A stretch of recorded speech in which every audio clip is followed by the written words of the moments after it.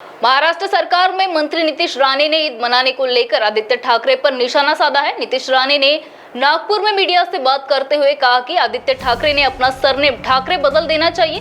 उन्होंने अपना सरनेम आदित्य खान या आदित्य शेख रखना चाहिए। बाला साहेब का पोता इस तरह से बात कर रहा होगा तो वो उस लायक नहीं है। ईद मनाने को लेकर आदित्य ठाकरे ने कहा था कि सरकार का यह काम नहीं है कि कौन सा धर्म किस तरह से त्योहार मनाए। 4 आतंकी पहलगाम से गायब हुए, उन्हें सरकार ढूंढ निकाले। नीतीश राणे ने फिर दोहराया है कि वर्चुअल बकरीद मनाने में गलत क्या है।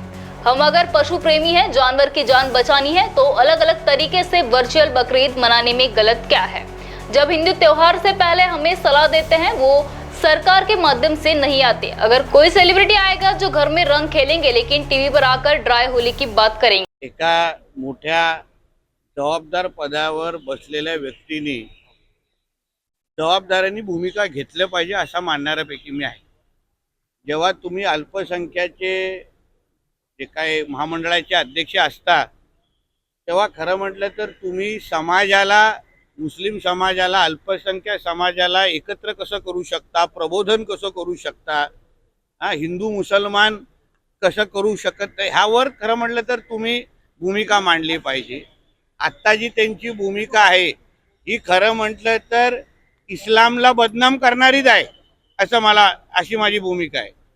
कारण का अशात इको फ्रेंडली होळी करा, इको फ्रेंडली दिवाळी करा, फटाके मुक्त दिवाळी करा, असे असंख्य सल्ले हिंदू समाजाला दिले जातात।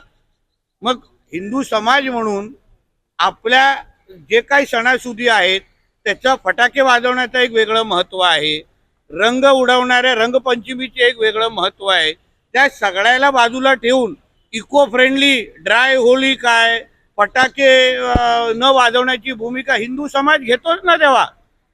तेव्हा आम्ही असं दुसऱ्या धर्माला नावं ठेवत बसत नाही, तेव्हा अशी जोर जबरदस्ती करत बसत नाही, तेव्हा हिंदू समाज कोणाला आपला धाक दाखवत नाही की हम लोग तो भी बकरा काटेंगे ही, असं आम्ही बोलत नाही।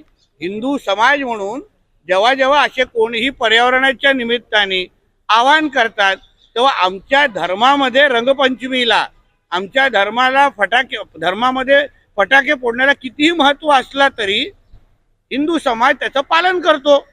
माझं म्हणणं आहे की तोच विचार मुसलमान समाजाने करावा एवढी माझी स्पष्ट भूमिका, आमची सल्ला होता तो की जसं हिंदू समाज सगळ्यांचा ऐकतो, पर्यावरणवाद्यांचा ऐकतो, फटाके वाजवत नाही, रंगपंचमी खेळत नाही, तसंच अन्य मुस्लिम धर्माने अगर इको फ्रेंडली बकरी ईद केली तर त्याच्यामध्ये वाईट काय? उलट चांगलाच सल्ला आहे हा। याच्यामध्ये हिंदू मुसलमान कसं होतं हे तरी दाखवावं।